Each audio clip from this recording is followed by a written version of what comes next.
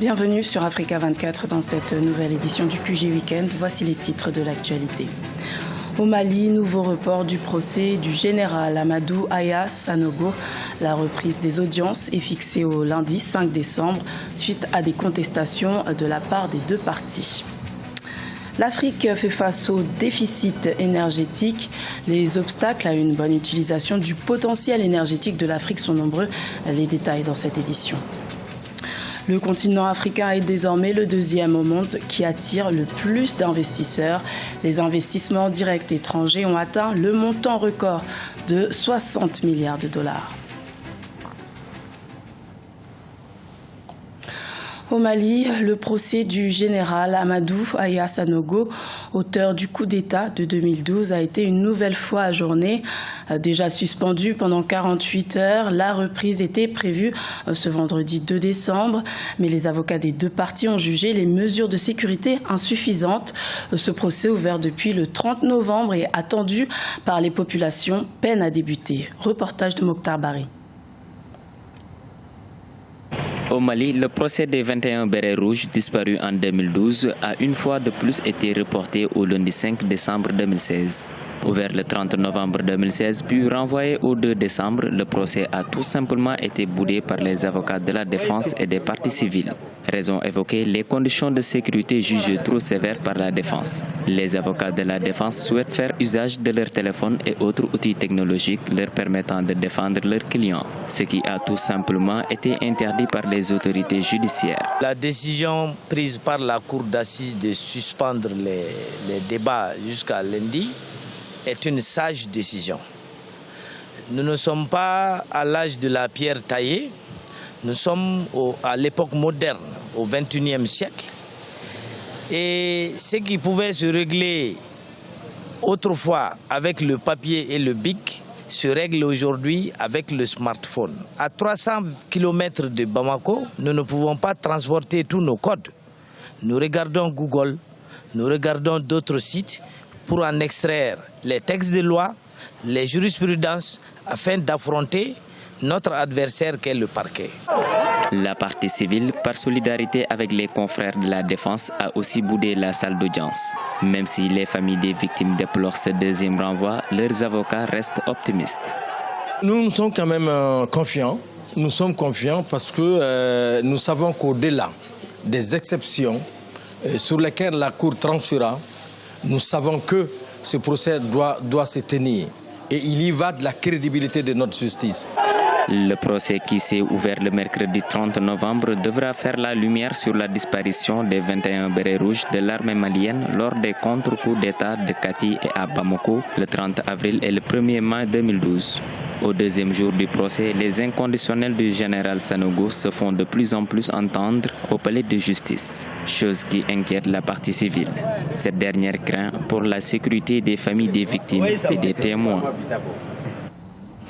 En République démocratique du Congo, l'installation d'un Premier ministre issu de l'opposition n'a pas suffi à calmer les tensions. Le mandat du président Joseph Kabila expire le 19 décembre.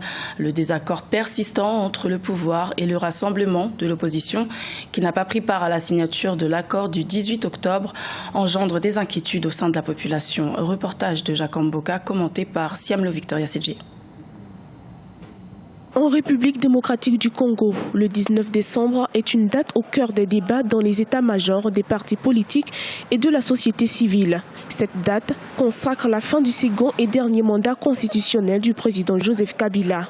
Malgré la décision rendue par la Cour constitutionnelle et l'accord politique du 18 octobre signé à l'issue du dialogue politique, beaucoup estiment encore que la crise demeure. Un tête-à-tête Kabila-Tshisekedi serait une piste de solution à la crise congolaise. Et nous pensons aujourd'hui qu'il est réellement une rencontre amplement inclusive qui mettra autour d'une table les principales forces vives de la nation, notamment le président Kabila, le président Tshisekedi, mais également la CENCO, les grandes forces traditionnelles aussi, pour trouver ne fût-ce qu'un accord en fait d'estomper ce qui puisse être comme chaos le 19 décembre. Selon le camp au pouvoir, le pire a été déjà évité grâce à l'accord politique du 18 octobre issu du dialogue politique.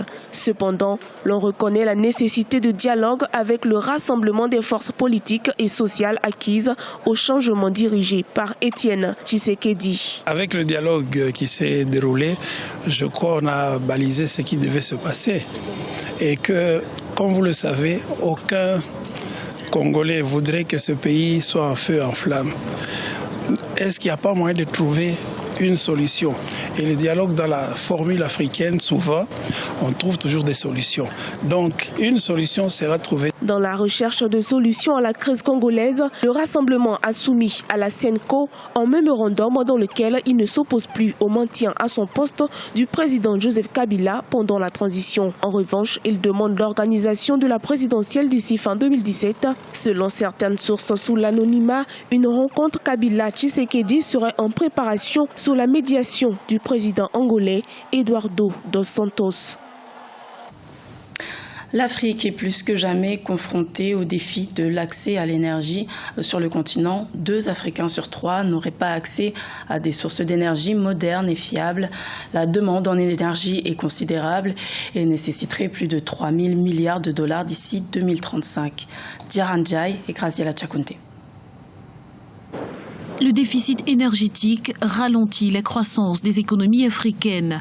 La pénurie d'électricité engendre un manque de 2 à 4% par an dans la croissance du PIB, ce qui constitue une barrière à la croissance inclusive et à la réduction de la pauvreté.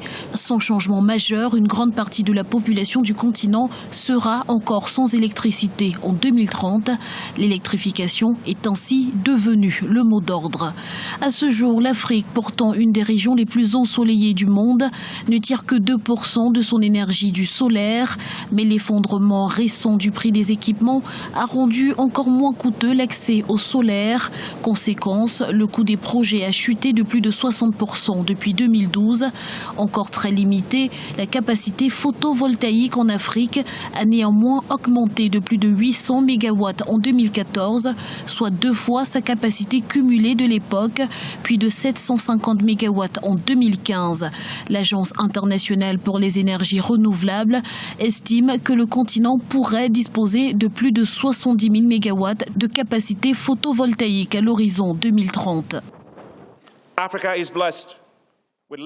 L'Afrique est bénie avec un potentiel illimité pour l'énergie solaire, l'énergie éolienne, hydroélectrique et les ressources géothermales. Nous devons libérer le potentiel énergétique de l'Afrique, qu'elle soit conventionnelle ou renouvelable. Notre brillant soleil ne doit pas nourrir uniquement nos cultures. Il doit éclairer nos maisons. Nos vastes ressources en eau doivent faire plus que nous offrir de l'eau potable. Elles doivent être la source d'énergie de nos industries.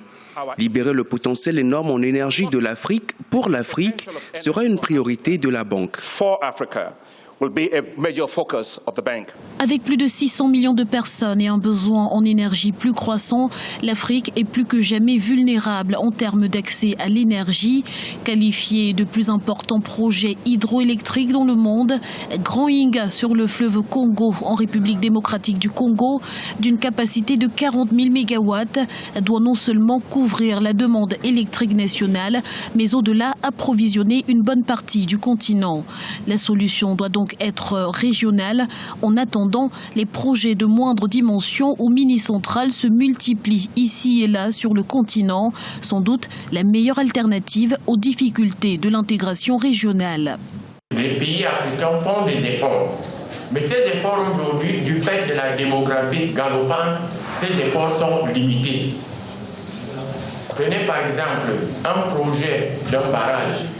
Il faut en trouver les fonds de garantie. 2, il faut réaliser ce projet. C'est pour ça que nous pensons qu'aujourd'hui, un projet comme l'électricité pour tout en Afrique peut être comme un fonds de garantie qui permet de développer les plans sectoriels des différents États africains pour que nous puissions être électrifiés. Les défis sont de taille, mais l'espoir est de mise. Des initiatives se répandent en effet sur l'ensemble du continent. Les pays de l'UEMOA visent par exemple 80% d'électricité verte en 2030. L'inauguration récente de la centrale solaire de Bokol au Sénégal a fait grand bruit avec ses 20 mégawatts. C'est la plus grande installation de ce genre en Afrique de l'Ouest. Certains pays comme le Rwanda, la Tanzanie, le Kenya entreprennent l'électrification rurale.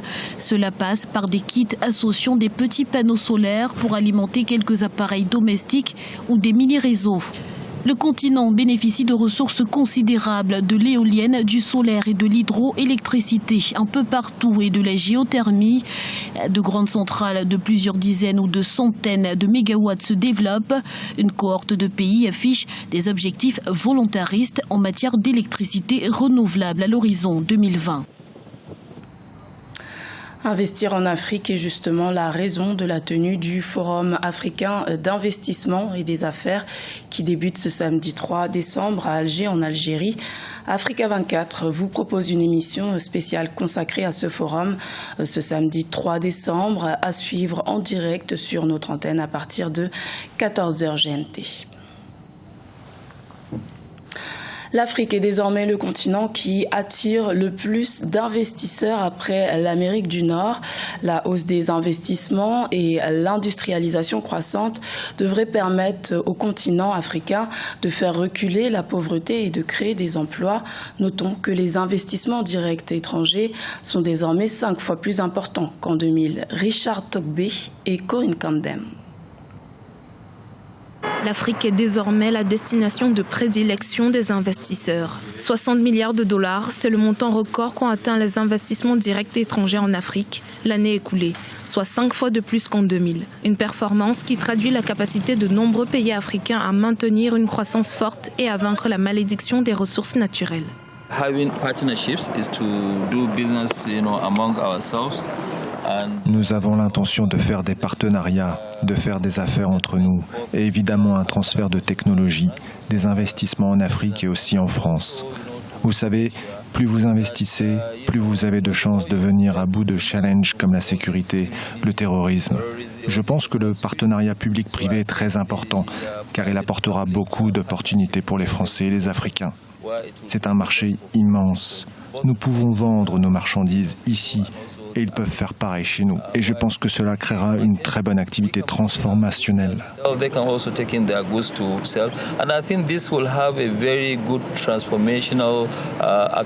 Autre bonne nouvelle, les investisseurs s'intéressent à d'autres secteurs que celui des matières premières. À titre d'exemple, le secteur de la construction et de l'industrie manufacturière, ainsi que celui des services financiers, représentent à eux seuls 50% des investissements en provenance de la Chine. Le continent montre également qu'il a le potentiel de devenir l'usine du monde. I believe as an entrepreneur who has invested. En tant qu'entrepreneur qui a investi significativement à travers l'Afrique, je me suis rendu compte que le développement économique est plus rapide quand il est conduit par le secteur privé. C'est pourquoi nous avons créé le concept d'africapitalisme, qui invite les acteurs du secteur privé en Afrique à investir à long terme dans les secteurs clés de l'économie africaine, comme l'énergie ou encore au niveau des infrastructures clés qui nous aideront à faire des bénéfices comme investisseurs. Mais plus important encore, répondre aux besoins des Africains. To make profit as investors, but more importantly, to address the needs of the African people. Problème, le continent a un grand besoin en main-d'œuvre qualifiée. Dans les 20 prochaines années, l'Afrique subsaharienne aura la main-d'œuvre la plus forte au monde. Un potentiel que les États se doivent d'optimiser pour en tirer un meilleur parti. Pour de nombreux experts, une formation adaptée et le renforcement du partenariat public-privé sont impératifs. Dans notre rencontre africaine, nous avons tout un volet sur le capital humain, parce que sans ce capital humain, l'Afrique n'ira pas loin. Donc c'est ce qui va permettre l'émancipation de l'Afrique par son éducation, par un niveau de valeur ajoutée. Autre défi et pas des moindres, maintenir et créer un environnement propice pour attirer davantage d'investisseurs. Mais combler le déficit en infrastructure reste le plus gros des défis. Pour y arriver, le continent devra investir 93 milliards de dollars par an dans les 10 prochaines années. Ce journal a été réalisé par l'ensemble de la rédaction. Merci de votre fidélité. Retrouvez dans un instant une nouvelle édition de l'information sur Africa 24.